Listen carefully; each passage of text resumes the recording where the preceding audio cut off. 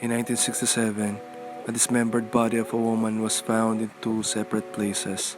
Her torso along EDSA near the Guadalupe Bridge in Makati, and her legs at the corner of Rizal Avenue and Malabon Street.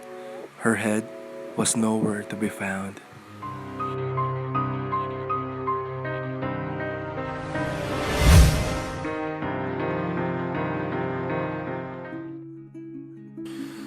The 28-year-old Lucila Lalu was born and raised from Candaba, Pampanga, and went to Manila in 1957 to try her luck in the big city. In a few years, she had become the common law wife of policeman Añano de Vera and had two businesses. One is the Lucy's House of Beauty and a nightclub, the Pagoda, in Santa Cruz, Manila. On May 28, 1967, Lucila Lalu disappeared, and 2 days later, policemen found her dismembered body. The initial suspects were rounded up: Florante Relos, a waiter at the Pagoda, and Lalu's lover, Añano de Vera. The 42-year-old estranged partner was the last person to see Lalu on May 28th, and Jose Luis Santiano, a dental student boarder at the Lalu's parlor.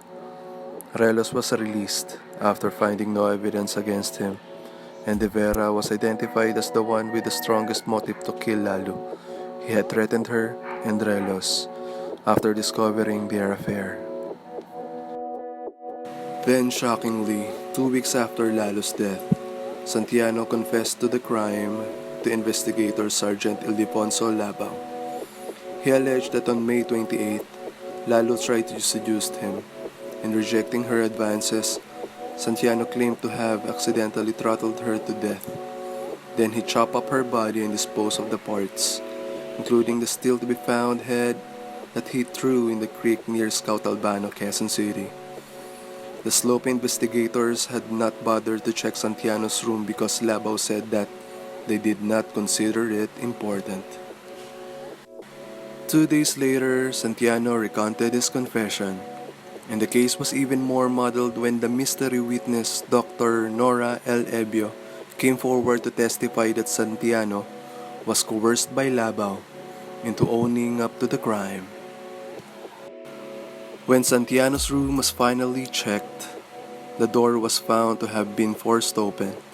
Found inside were blood stains on the floor, kitchen knife, razor blade, and the woman's stockings. Supposed pieces of evidence that the fiscal found so unconvincing. He had the NBI take over. Today, the Lalu's chop-chop murder remains unsolved.